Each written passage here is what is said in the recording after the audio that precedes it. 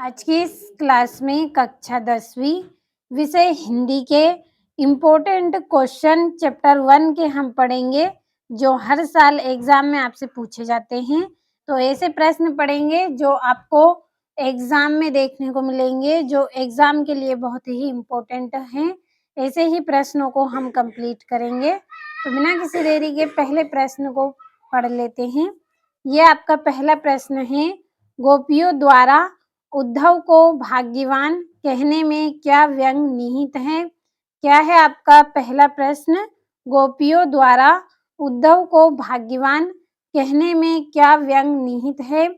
दूसरा प्रश्न है आपका, उद्धव के व्यवहार की तुलना किन-किन से की गई है? दूसरा प्रश्न क्या है कि जो उद्धव हैं उनका जो व्यवहार है उसकी तुलना किन-किन से की गई है? तो ये 2 इम्पोर्टेंट प्रश्न हो गए हैं आपके। तीसरा प्रश्न है आपका, उद्धव द्वारा दिए गए योग के संदेश ने गोपियों की विरह अग्नि में घी का काम कैसे किया? क्या है तीसरा प्रश्न आपका? उद्धव द्वारा दिए गए योग के संदेश ने, यानी कि उद्धव ने जो योग का संदेश दिया था, उसने गोपियों की विरह अग्नि यानी कि जो वे दूर हुई थी कृष्ण से, उसमें घी का काम कैसे किया, यानी कि घी डालने का काम कैसे किया? तो ये आपका बहुत ही इम्पोर्टेंट प्रश्न है। अगला प्रश्न है आपका, मर्यादा न लही के माध्यम से कौन सी मर्यादा न रहने की बात की जा रही है? चौथा प्रश्न कौन सा है आपका?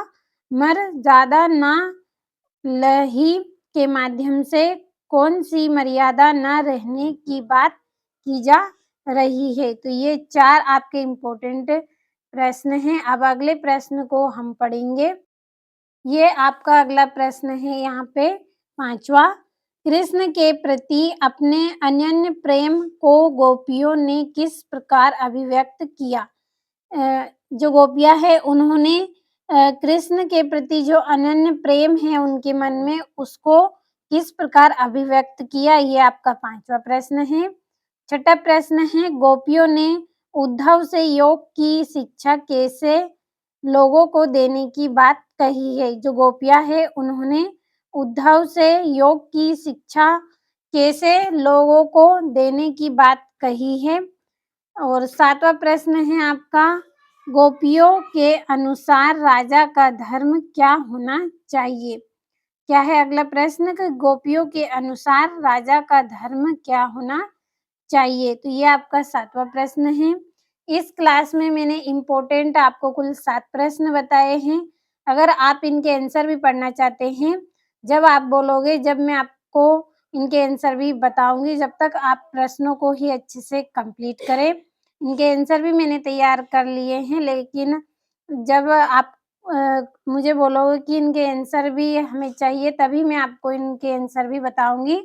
तो आप यहाँ से इन प्रश्नों का अच्छे से स्क्रीनशॉट लें, और ये यहाँ से है आपके ये 4 प्रश्न, तो इनका भी आप अच्छे से स्क्रीनशॉट लें यहाँ से, और ये यहाँ से हैं।